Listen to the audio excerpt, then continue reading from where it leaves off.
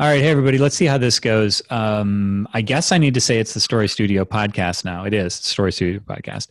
On its way to becoming whatever the hell it will be. Reference to last episode. We're in a cocoon now. Right, this is like Like the the Ron movie Howard one? Cocoon. Remember the movie Cocoon? Wow, we Just actually like that. both made that joke. That sucks, dude. We clearly need a reboot. Do you remember when Steve Guttenberg was like the biggest thing? Like, he was in everything. He was in all the 80s movies. Did you ever see Don't Tell Her It's Me? No, but I did see Three Men and a Baby. Oh, I'm everyone sure saw I that. did see it. I saw all the Steve Guttenberg movies.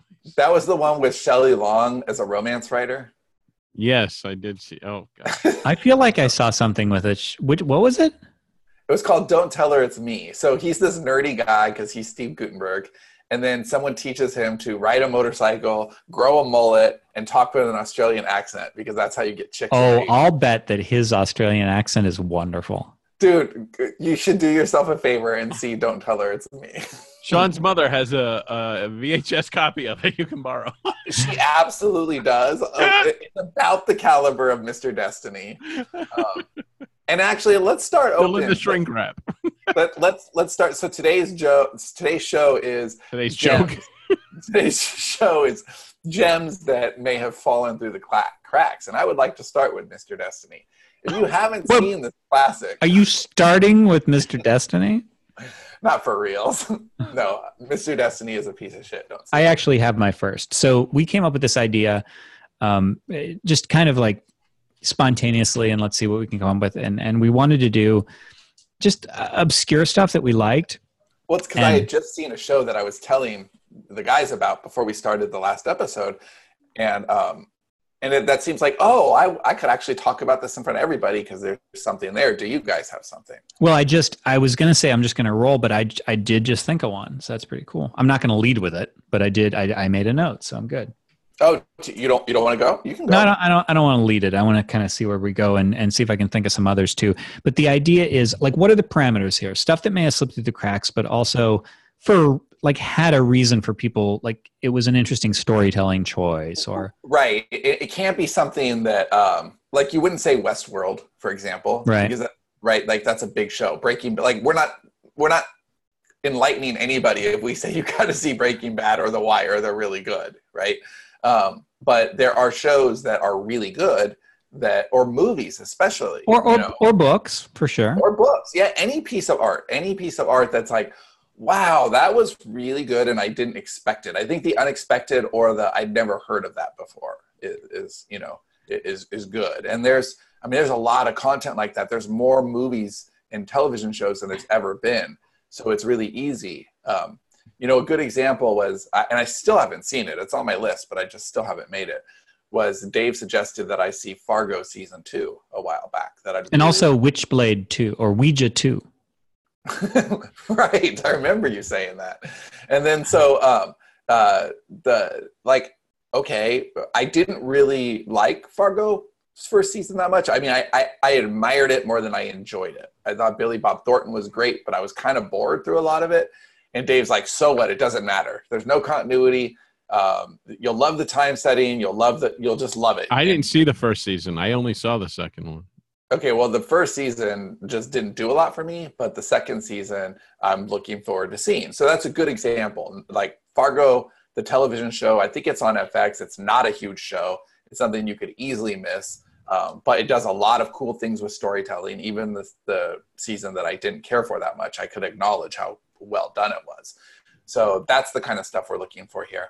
And the thing that I was telling the guys about, I've made a note of a bunch of them, so they're coming now. So it's good. All right, see, there we go. All right, so I'll roll fast with this one then. So it's a Western that is on Netflix, and I want to say it's 7 episodes. It might be 6 or 8, but for some reason I'm thinking 7. It's called Godless. It came out in 2017, so it's already a couple years old. My dad actually recommended it to me about a year ago. And I tried watching it twice and fell asleep both times on the first. Man, look at how much sharing the Plattmen are doing in recent years. I'm telling you. You guys are like a pair now. So what are you always talking and stuff? What do you want, a hero parade? Well, we actually do like talking film and television. It's something we've kind of always done. and he recommended God Rest. Catch in the Cradle with a But I silver was spoon. like, it just I couldn't stay awake. And it is kind of a sleepy show, especially the first episode, but then it gets really, really good. It's a Western, but even if you don't like Westerns, it's modern enough. Like the filmmaking in it is really modern. So yes, it's a Western, but it's like an Instagram Western. Like it's the colors are great. Do you want to write Instagram Western? Yes, I kind of do. Put a unicorn who takes selfies in it. It's beautiful. The actors and actresses are really great. One of the main females is Alexa Lexington, the person I was originally thinking of for her. Oh, really? Yeah, it's produced by Steven Soderbergh, and it's just kind of well. Here, I'll give you the basic setup. It's got Jeff Daniels in it, and Jeff Daniels is always good. And I've never seen him better than this. Is Jeff Daniels not the guy in Dumb and Dumber? He is the guy in Dumb and Dumber. You want to revise that he's always good? No, dude, he's good in Dumb and Dumber. When you see him play like Frank Griffin and he's like also that guy, oh my God. You realize what a good actor he actually is. It's hard for me to see a good performance in such a shitty movie. Yeah, he's amazing. He blew my mind recently in Newsroom also on HBO. He was really good in that. But this is something else. He's really, really good as this outlaw guy. So there's a mining town, and all the men are killed in an accident in one day. And so all the women in town are left to fend for themselves. So everyone in town, this is a total Dave setup here. It's only women in town, women and children, and then like broken old men who like can't fight anymore. And so they're really, really vulnerable, but the women are all like tough as shit. And they're not like stupid tough cowgirls like in that Selma Hayek Cowgirls movie. You guys remember that from the 90s, early 90s? It was really stupid. Yeah. They're not like that. They're like actual like badass, strong women. The dialogue is kick-ass and great. All the characters are interesting. The narrative arcs and how everything comes together is interesting. They're not afraid to pile the bodies high in service of the story, but they also don't sell you out like with cheap emotions. It's really excellent filmmaking. It really feels more like maybe a 7-8 hour movie than it does, it's not a television series. Like right. I like that model. The single series. Yeah. Shows that just feel like a really long movie. Yeah. So anyway, I would highly recommend that anyone who loves storytelling, especially if you like Westerns, or kind of like the modern remixed Western, like that Hell or High Water movie that came out a couple of years ago is a good example of like a remixed Western. This is that vibe, but actually set in the Old West. I think you'll dig it. Dave, do you have any? My hidden gem is 1995 series called Nowhere Man. It was a show. Oh, I feel like you've mentioned this before. Yeah, yes, I have. It was a show that was heralded by TV Guide as one of the coolest shows of the new season, and it lasted one damn season. It had Bruce Greenwood, and he was a photojournalist that had taken this photograph in, I think, South Africa of these 4 men being hung. And when he returns home, like he's at dinner with his wife or so. I don't remember how it started exactly, but basically he's dinner with his wife, and then he goes to the bathroom, he comes back, and she's acting like she doesn't know who he is. And basically everything in his life has been erased. Like nobody knows who he is. And it's a complete mind fuck of a series, and you don't know what's happening. It was just so awesome, so ahead of its time. Like I don't know why nobody's hasn't remade it yet, because it was just so damn good. And Bruce Greenwood was great in it, and he's a good actor. I don't know what the hell happened. It was on UPN, Oh wow, there you which go. merged with WB, but I don't know what happened. It was just such a great show, and it's just one of those shows that like it just fucking disappeared. I don't know if the ratings were shit or what, but it was so good in the conspiracy angle. Like nothing was what it seemed. Everything was part of some secret program being run by either the CIA or FBI, whatever. It was just such an awesome show, and I'd love to see more of that. And you can't even find it on streaming, I don't think. So, yeah, good luck. I'm telling you about something you might not even be able to watch. Wow, thank you for that, Dave. Yeah. The one that I will go with first is have either of you heard of a movie called Kafka?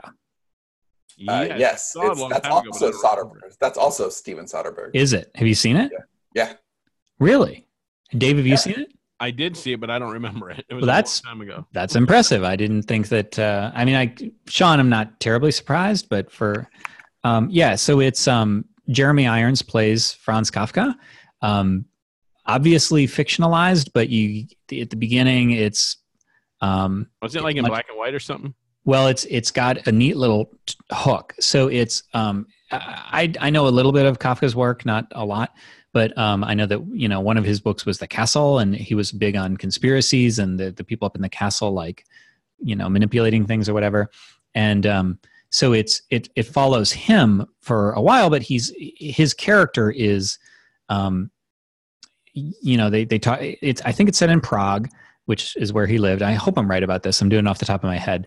And the castle is, it's like this endless bureaucracy of like what's going on where he's working. And for some reason that I can't remember now, because again, I am doing this on the fly, he ends up going to the castle. And when he enters it, it's in color. So it was in black and white. And then it's like this like whiplash of a moment where all of a sudden it stops becoming this kind of quiet period piece and becomes this really fantastical, like there's some weird shit going up on there where they're manipulating people's minds. They're like lobotomizing people to control their minds and stuff. And I just remember that movie just kind of really blowing me away. It took me a long time to even find a copy of it. I think I ended up like downloading it and burning it because I couldn't find anything. And so that would be my first entry. I really like Jeremy Irons. I think he plays this character really well. I think he plays most characters really well. And I remember that being a head trip of a movie, and I do like head trips. Yeah, I should give it another chance. I remember not liking it, and I really like Soderbergh. So it's not my favorite. I feel like you should give it another chance. It's one of my favorites. I could. I mean, I saw it a long time ago, probably 25 years maybe. Like I don't know how old it is, but I feel like I saw it kind of when it came out. And it was a long time ago. Yeah, I'm gonna guess 90s. Mid-90s.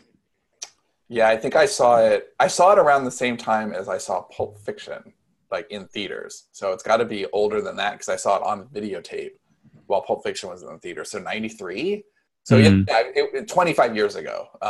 And you're more evolved as a storyteller now. Of course, it's been a long time since I've seen it. So watch it and not like it. Well, I don't know. I'm curious. I would check that out again. I do like Soderbergh a lot, and he's had one of my favorite careers.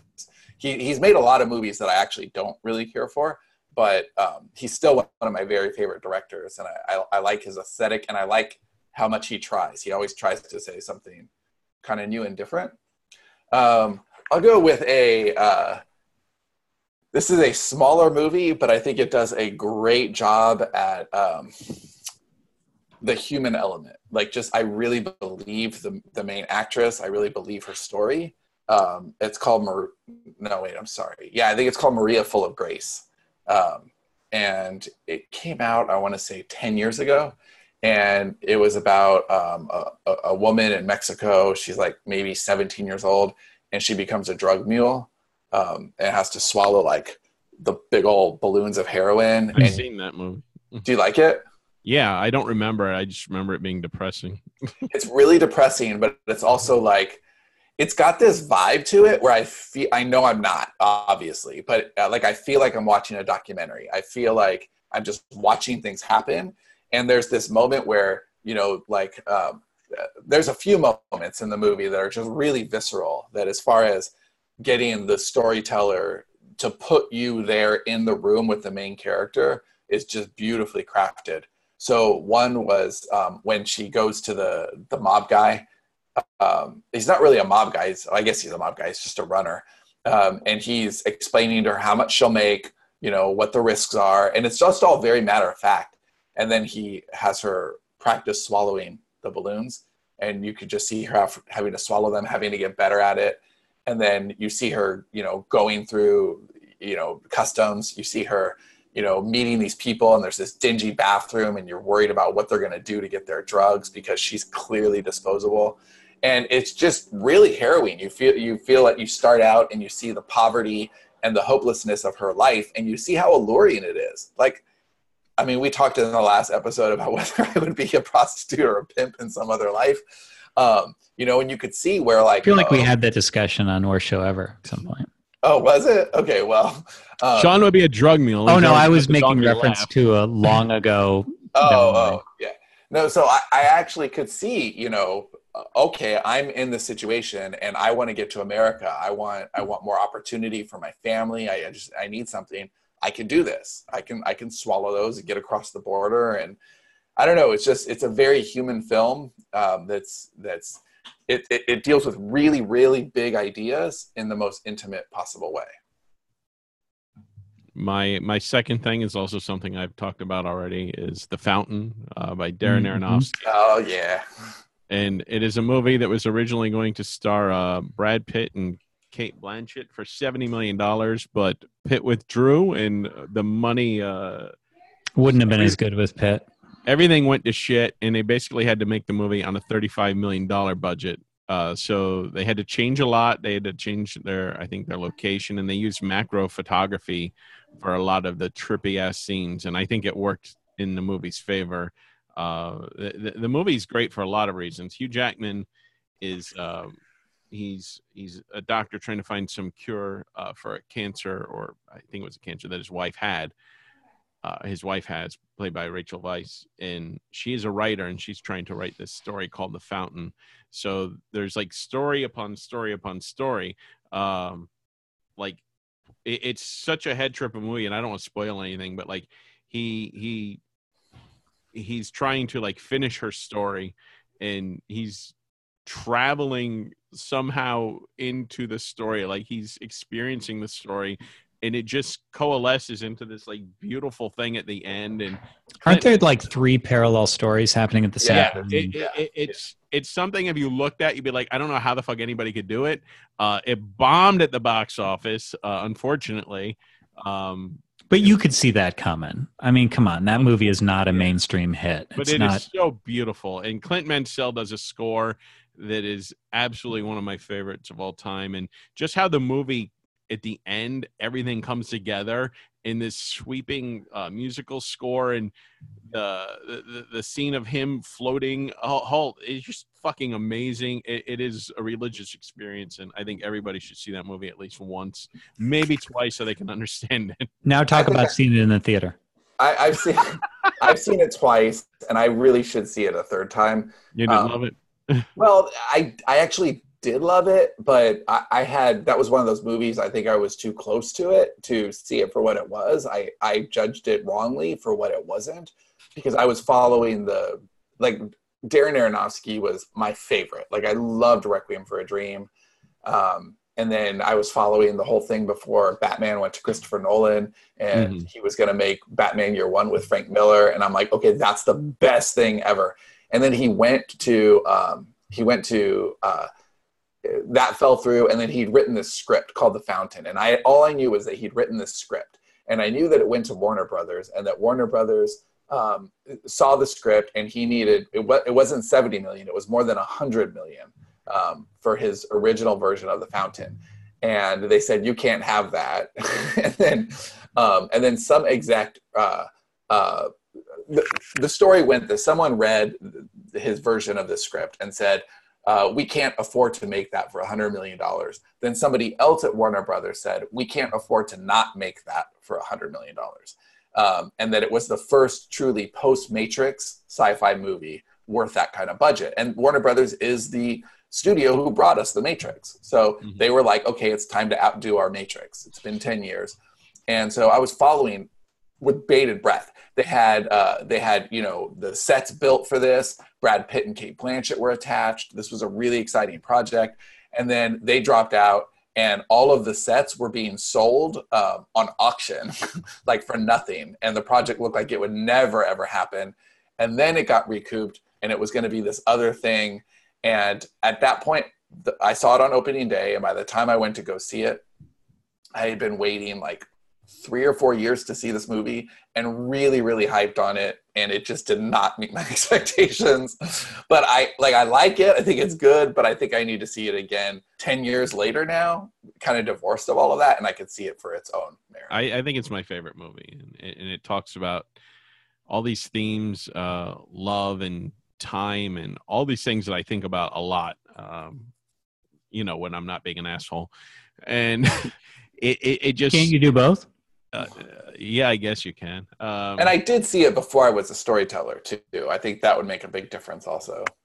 Yeah, it's a magical movie. And yeah, I did see it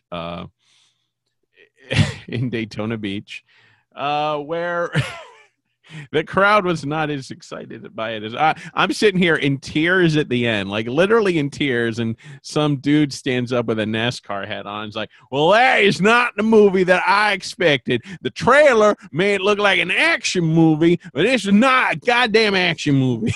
So I love it when people feel compelled to share with strangers. That's the first time that's ever happened to me in the theater. So I punched him in the face. Say, you do not appreciate art, and I just beat the hell out of him. I'll go with a book for my next one because we've done nothing but TV and film so far, and this shouldn't surprise anybody who's been paying close attention. It is House of Leaves. I think House of Leaves is just amazing. If you don't know this book, first of all, you'll probably notice a familiar character name in there, where I took some inspiration from, but. If you've never heard of House of Leaves, it's the strangest book. It was apparently circulated originally as just like a bunch of photocopied sheets and stuff because it needs to be consumed in print. It's not the sort of thing that can be done in at least today's digital format.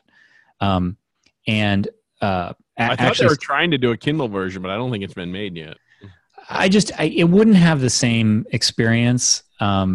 Honestly, a book that tried to do the same thing but really fell flat for me at the end was J.J. Abrams' book S, which is like there's a project inside of that called Ship of Theseus, and it's a bunch of handwritten notes, and it needs to be in print. There's a bunch of stuff stuck in the pages, and I thought that was super cool until they got to the end. And I was like, oh, it's a bunch of really cool shit that I don't care anything about. But House of Leaves, by contrast, is the typography is part of the story. So there are sections where, I'll give the plot in a second, but there are sections where there's a claustrophobic feeling and the text is like, there's just a few words on a page and it's in this little box, right? Like, so it just keeps getting smaller and smaller. Have either of you read the book, by the way?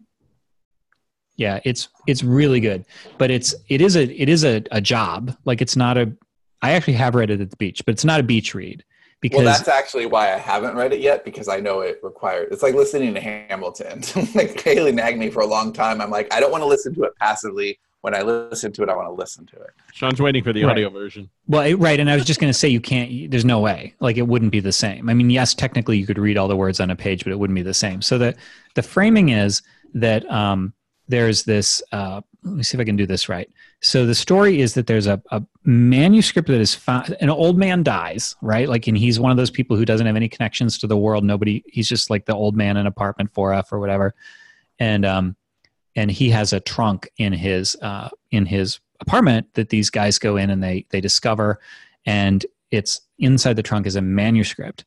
And the manuscript is about the manuscript is about the making of a film about a house. So it's a book about a film about a house. I think that then there's another layer too. I'm already confused. Yeah, it's really trippy. So the main story is told in the text of the biggest box is that this guy, the character's name is Johnny Truant, he now has possession of this manuscript and he's sharing it with the reader. And then you start reading the book, but he's giving footnotes all along. And when you're reading the book, he's just annotating at the bottom. And then as it goes on, it starts to work on him. Like it fucks with his head and the footnotes get weirder and weirder. And there are pages where the footnote is like the whole is like half of the page because he just goes off on some rant. And then he from outside of the story is somehow being influenced by the the story. So it actually, the opening scene is actually him holed up in a room with like all the blinds nailed down to the sills and tape measures stretched across all of the dimensions of the apartment he's in because he wants to monitor and see if it changes. And he's shooting people out the window because he's basically fucking lost his mind. So the documentary about the house is it's this house that's larger on the inside than outside. And they discover that it's just like a few inches off. And then the guy gets obsessed and is like, I have to figure out why this is off. I'm clearly measuring something wrong. And it just gets more and more obsessive. And they discover this like this phantom hallway that doesn't go anywhere. And there's this like whole enormous spiral staircase and maze inside the house behind this doorway that doesn't exist in real space. And they eventually send in like a team with like spelunking gear and lanterns and stuff. And they go in and they're lost for days in the bowels of the maze in the house while something is chasing them. It's just the coolest fucking story I've ever seen. And the other thing of note about this story is that this is the only time this has ever happened. And I think I've told this before, is when I read the intro. So the intro is by the Johnny Truant character, and he's introducing the manuscript, and he's begging the reader. He's like, I have to share it, but you shouldn't read it. Like, look what happened to me. You shouldn't read this. And I know what they're doing. Obviously, it's a literary device. But reading that, I was reading it at night, and I seriously considered not reading the book. It was that effective. And I'm a storyteller, and I've read a lot of books, and I thought, do I want to read this book? So it's an experience. That's how my diary starts out. As it should. I will go with a movie. I'm not exactly sure how old it is. I want to say 10 years, maybe no, about 10 years. It's called Brick. Have either of you seen Brick? Yes, I did. That was with Joseph Gordon-Levitt, right? Yes. When he could still play That's high school. when I realized he was a great actor. I really love him. Yeah, he's fantastic, and he's really good in this. And I think I'm with Dave. I think this is the first time I realized, oh, that dude's really good. That kid from 30 Rock. He's damn good. And had you seen 10 Things I Hate About You beforehand? Yes. I did. That was Heath Ledger's big debut. So Brick is, now this is not for all the Lord's children, this movie for sure. Like it's just not. It's definitely an acquired taste, but it does what it does so well that you're just kind of wowed. So if you like film noir, right, where they've got very specific tropes in film noir.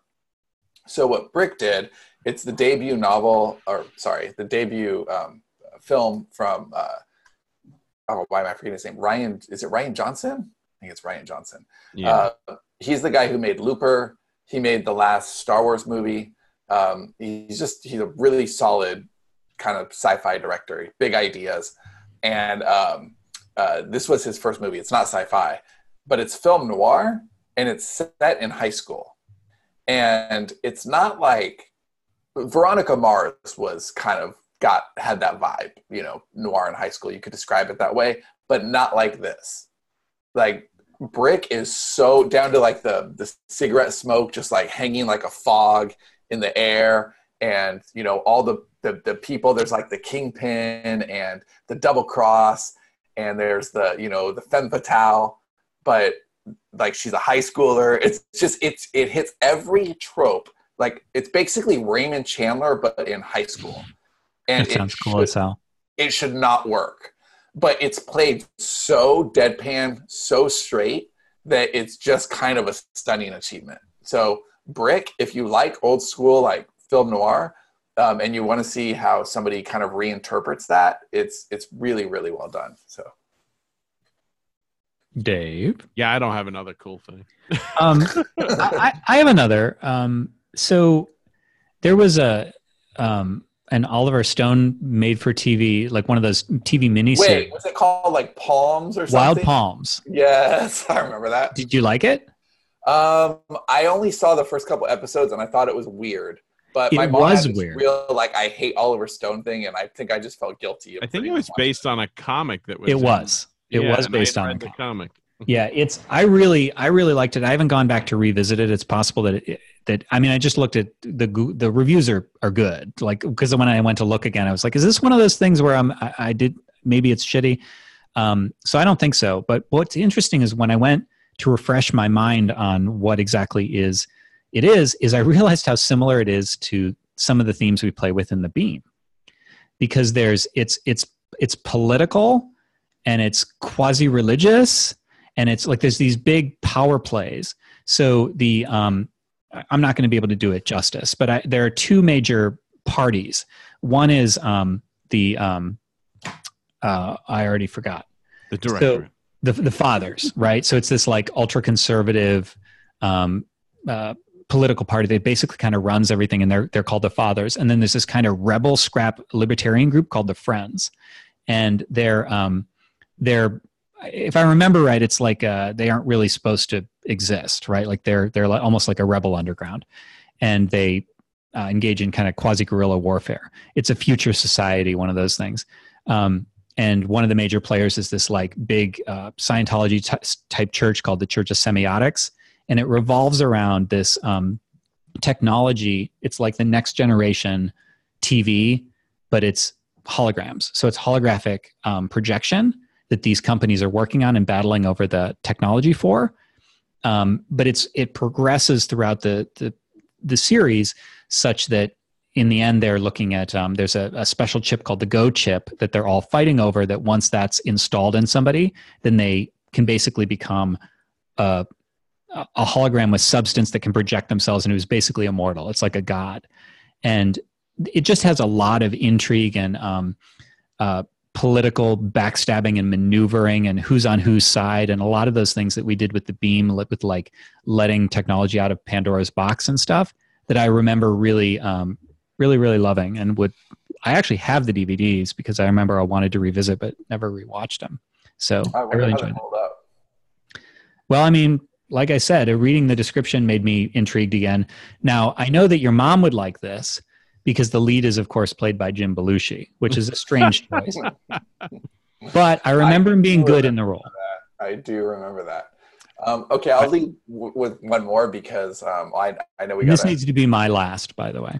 Yeah, well, I know we got to go, but I feel like I can't do one of these little undiscovered gems without dropping something from P.T. Anderson.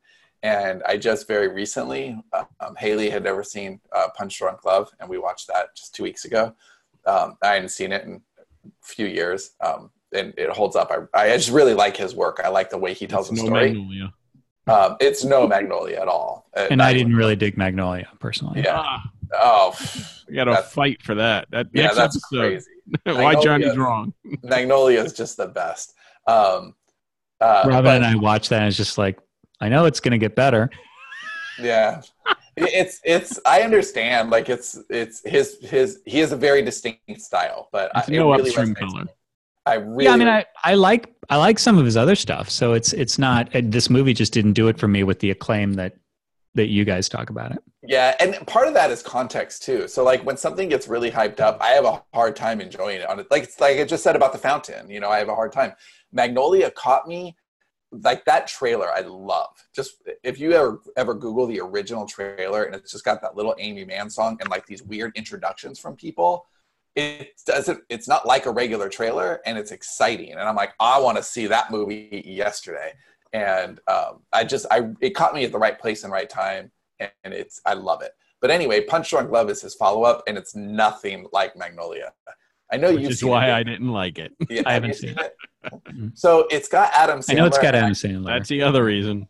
I don't actually like Adam Sandler. I don't enjoy Adam Sandler movies, but he's used so brilliantly in this movie. Because the thing about Adam Sandler, why I don't like him, is that he's a fucking man-child. Like, I just don't think he's funny. I don't like his whiny little voice.